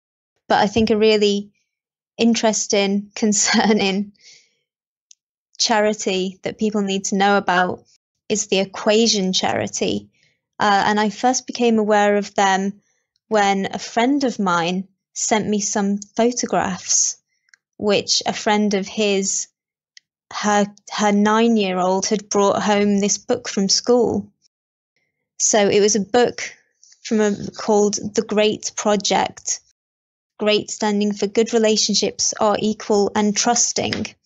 And I mean, you know, fairly egregiously, they had a timeline of gender inequality, which basically, you know, looks at all the ways in which women have kind of been disadvantaged or apparently disadvantaged, and makes out that men have always been privileged. And so, you know, it tells half the story, which obfuscates the truth, you know. So if I can jump in here, what you're saying then is that basically what they're doing is they're indoctrinating children into patriarchy theory? Exactly. That's what that does. But far more egregiously than this, and this is 9 and 10-year-olds we're talking about, you know, innocent, pure little children. There is a section on abusive relationships. And whilst it does have a little note at the bottom of one of the pages that says most domestic abuse is done by men to women, which is debatable, but it can also happen to men by women and in same-sex relationships. However, you know, above that, you've got this title, Abusive Relationship, and it says what he believes. And then you've got a bloke with kind of angry eyes and a thought bubble coming from his head. And he's thinking, I am the boss. She is mine. I decide who she sees. Being abusive is sometimes okay to get your own way. And then it says what he wants. I want her to stop seeing her friends. And then it says what he will do. Physical abuse includes hitting, kicking, or punching. Emotional abuse includes name-calling, put-downs, insulting words, and threats. Financial abuse includes not sharing money. And sexual abuse, unwanted touching. I mean, seriously, this has been delivered to 9 to 10-year-olds, man, in 54 schools in Nottingham. And I am just so fucking angry. Well, yeah, it's offensive. And it's definitely teaching children institutionalized misandry before they're at an age where they can judge for that for themselves. I mean, again, this is it's like a feminist Hitler Youth program. It's insane. Mm-hmm. You know, and I mean, the idea of teaching kids at that age about abusive relationships anyway, I think is just horrible. I think at kind of 9 and 10 years old, kids should, in an ideal world, have an example of a mum and dad in a loving relationship or, you know, at worst, a kind of amicable separation with 50-50 shared parenting. And they just don't need to know about this stuff at that point. They should think that everything is kind of hunky-dory. But, you know, I was talking to a friend who was raised in an abusive household, and her father actually ended up in prison because of it. And she said that school was her safe space, and that if she'd been exposed to these kind of compulsory lessons in school, it would have been fucking traumatic for her. You know, and it's like, what are they expecting kids to do? Like, put their hand up in the middle of the classroom and say, oh, yeah, I'm fucking going through this. That happens at my house. It's not going to happen. Well, you know, what should happen is that teachers should be trained to spot warning signs. So, you know, if a kid becomes withdrawn, you know, if they're acting unusually, then they should deal with them one-to-one. And they should let all the other kids keep their fucking innocence, for God's sake. Right. Well, you know, and what's interesting is that, so the way child abuse is handled in the United States, for those people who don't know, is that if there is a concern of a prepubescent child of abuse, or even like a teenager, depending on the circumstances, you have to conduct what's referred to as a forensic interview. Because the idea is that you don't want to lead the child. Children of certain ages, they want to just please you. So, you know, have you been raped? Yes. Okay, here's your piece of candy. You know, I mean, but when you do that and you interview them correctly, you destroy the child as a witness. So you have to use forensic interview techniques. You have to be able to get the child to ask open-ended questions and objective questions to get the child to open up on their own. If you lead the child, or you know, do things like this, where like you're indoctrinating these children in class, where you're redefining what abuse is to be normal everyday behaviors that men treat women that are non-abusive behaviors. I want to make sure that that's clear. What you're doing is that you are indoctrinating people into this victim, like a systemic victim complex. And so if something does happen, they're more likely to embellish the story. And in the UK, I mean, it's like almost everything a man does in a relationship with a woman, even if it's not abusive, has been reframed as a crime. It is. And they're indoctrinating the next generation of false abusers. It's just absolutely insane. And, you know, I think that this piece here, I think, is important to close on. Now, originally... You know, I think I would just also like to say that, you know, by presenting it in that way, they're also kind of allowing female perpetration. Because, you know, from everything that you from the kind of impression that you get from it, women can't be perpetrators, you know. And if you I watch films with my kids an awful lot of the time. They're pretty young at the moment. And in an awful lot of family films, you get this trope where the heroine physically assaults, usually slaps across the face, her love interest. Right. You know, it's pervasive, this idea that it's okay. And, you know, I make sure, because I've got boys, and I make sure every time we see it, you know, I say to them, that is not acceptable. Right, so that they know, right. Yeah. And we kind of have a little discussion about how you never see that the other way around, do you? You never see that a man assaulting his love interest, and then later on it's all hunky-dory and forgotten. Right, exactly. You know, and it's interesting that you bring that up too, because, you know, one of the things that I've seen in the United States, and when I was researching my book, I saw this a lot, is that feminist indoctrination has so completely saturated the courts, the government, academia, from kindergarten all the way up to postgraduate education, that when a woman is accused of a crime, she's almost never charged. People laugh it off. They tell the guy he should get over it. And then if she's convicted, she gets slapped on the hand. I mean, obviously there's some exceptions. Yeah. You know, like the higher her sexual market value, the lower her sentence will be. But it's absolutely a double standard. So the problem is that the issue with this feminist indoctrination. You are an egalitarian. No, I'm a legal egalitarian. I believe in equity before the law, and that's where it starts and stops. Well, cheers to that. Cheers to that. Right. And that's the reality. So, when you're talking about a legal framework, the problem that you have is that these judges, they are so indoctrinated to see the woman as a victim. They're like, holy shit, he must have abused her. It's like that section we were talking earlier, coercive control. They're gynocentric as well, naturally, exactly, innately. But then you get all of this propaganda on top of that, it's weaponized. I call feminism weaponized gynocentrism. I could see that. Definitely.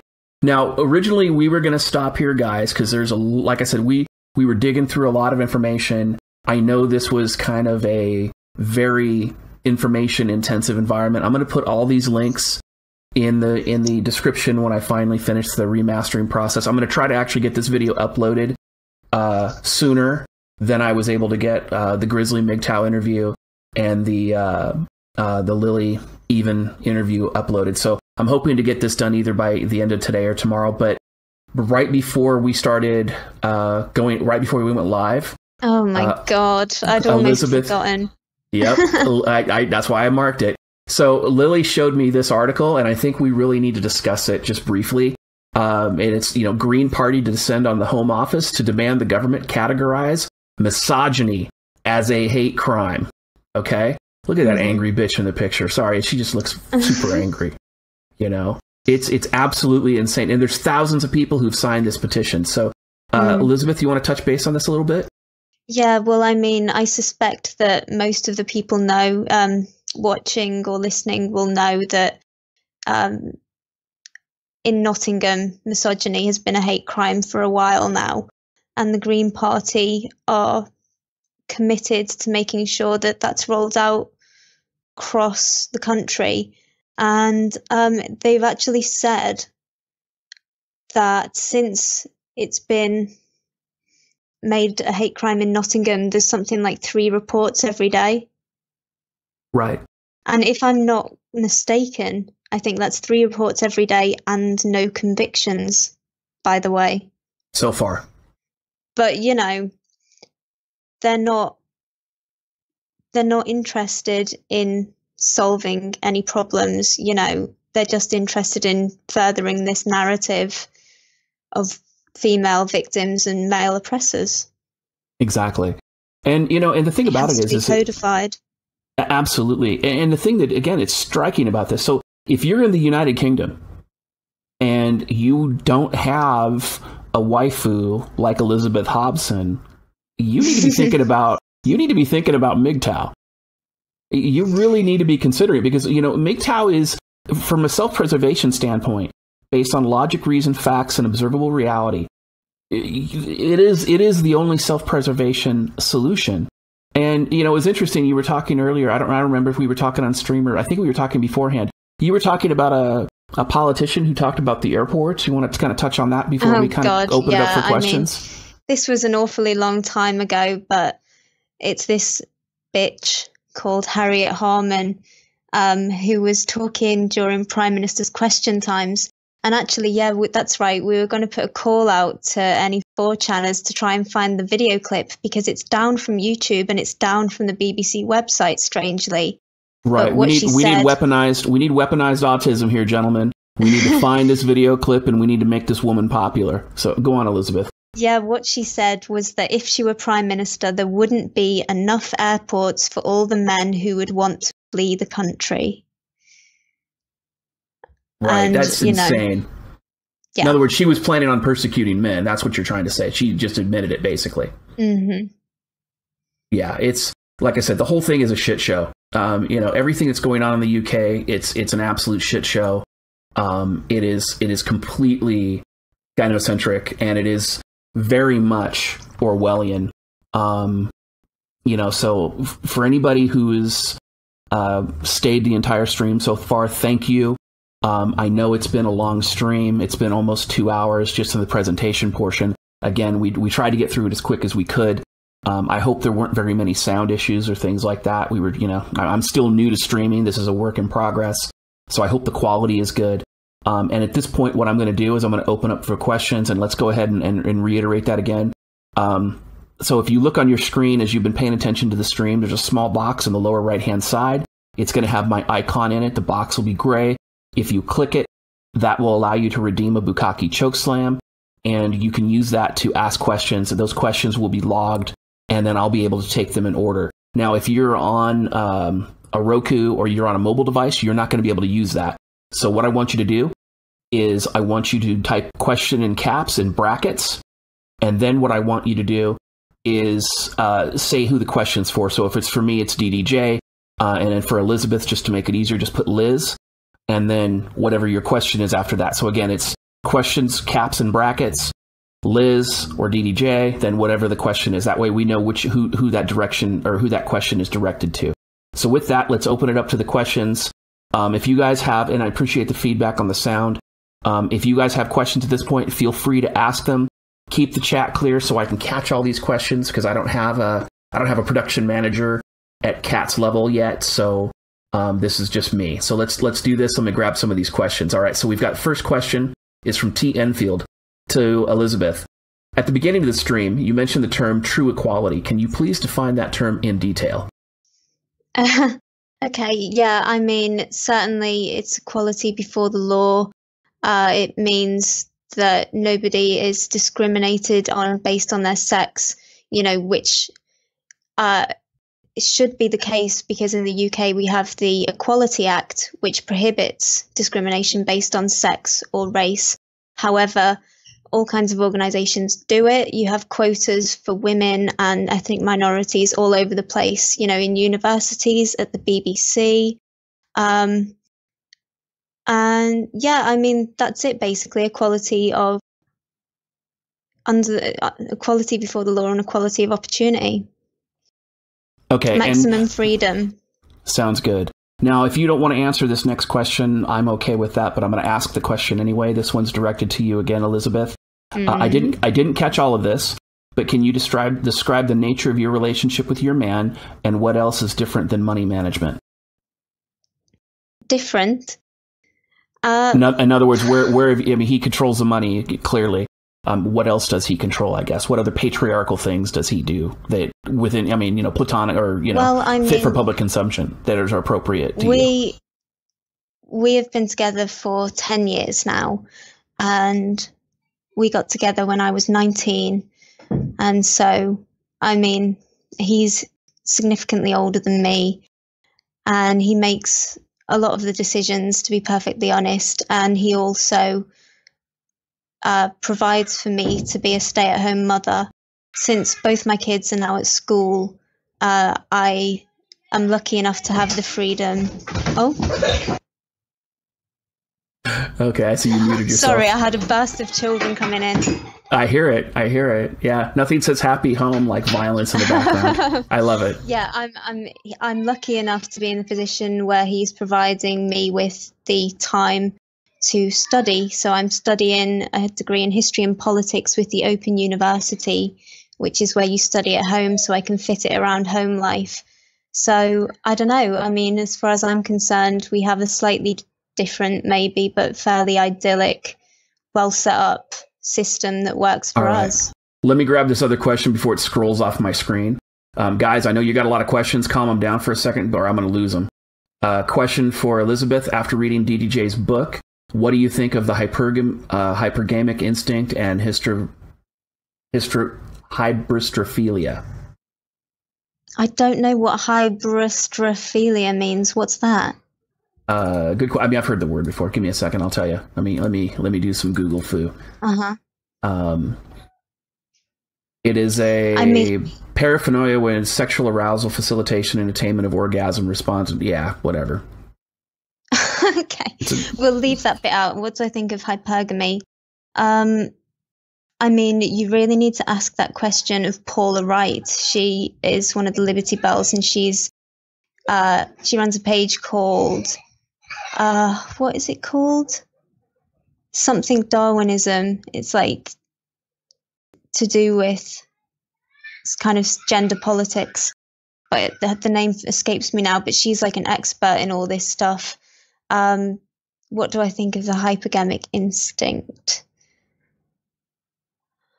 Well, I think it's biological. I mean, it's basically, obviously, yeah, I do think it's biological, but it's obviously not going to work with the way our society is set up now, when you've got kind of girls or young women 70% more likely to go to university, and under 30s, they are, the pay gap is in favor of them.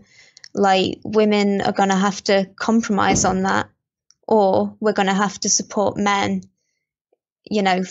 through schooling and into kind of university and in the job section, or the job sector, sorry.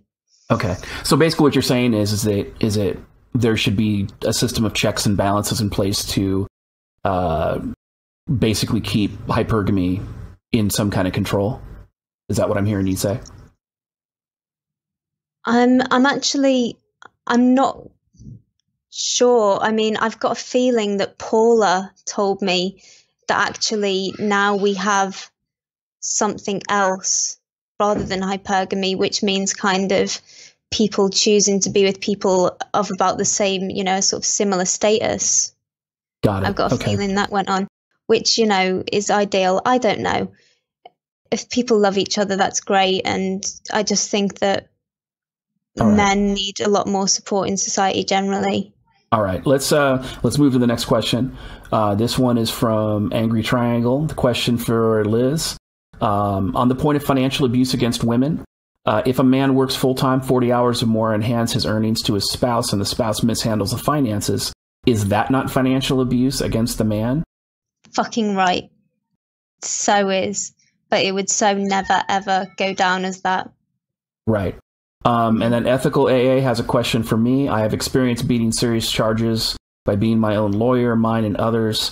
How can I best get this information out to others to digest? I guess you make videos. Make videos, write a blog, put it on Reddit, put it in social media. I mean, just the common sense stuff. It's not real rocket science there.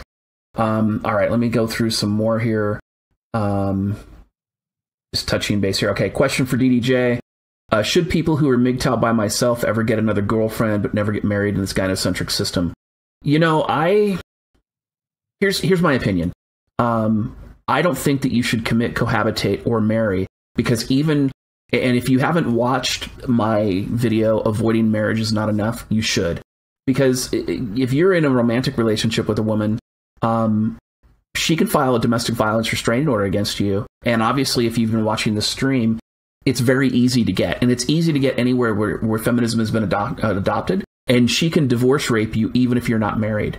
And in Australia, you don't even have to be living together full time. As long as you guys have a committed relationship, she can divorce rape you. So I wouldn't. I mean, and I'm not saying that everybody should go out and pump and dump, but I'm just saying that, the odds of you finding somebody who's going to commit to you beyond 10 years or is willing to raise your biological children is limited. And Elizabeth is in a position, and I think I can share this. Elizabeth, the man you're with, he's the biological father of your kids. Absolutely. Right. So, I wouldn't say that Elizabeth's a NAWAL because I don't think they exist, but, she comes close. So there you go. Slayer asks for Elizabeth. We hear all these female anti-fems talking about how bad feminism is and how men are walking away. Would you, Elizabeth, support the removal and stripping of your rights and privileges, which the majority of anti-feminists don't want? She actually says no, by the way. I already know the answer to this, Slayer, so we're going to move on. And hang on. It depends what you mean by rights or privileges. I mean, I'm with Dean Esme in that equality will be a step down for women. I believe in equal rights. We should all have the right to vote. We should all have, I'm pro-choice for women and men. I think it's a necessary evil at the moment until we have kind of artificial wombs. But privileges, yeah, absolutely. I'm perfectly happy to have my privileges stripped.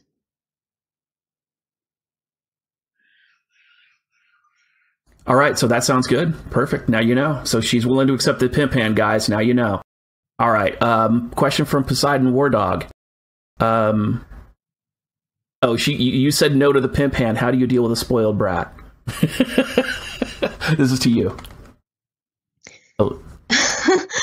How do I deal with a spoiled brat?